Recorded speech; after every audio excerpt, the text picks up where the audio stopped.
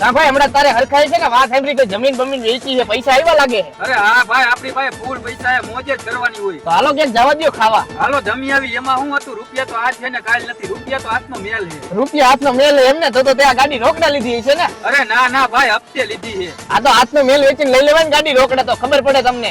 ભાઈ તું બેઠો રહે ને, હાલ તને નાસ્તો કરવા લઈ જાઉં. બોલ ભાઈ, હવે કઈ ખાવું છે? અરે ના ના ભાઈ હવે કાંઈ નથી ખાવું, ફૂલ મોજ આવી ગઈ.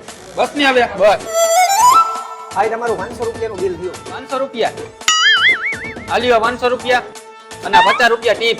અરે વાહ ભાઈ વાહ, તું તો બહુ પૈસા વાળો હો. અરે ભાઈ મોજ જ કરવાની હોય. હાલ હાલ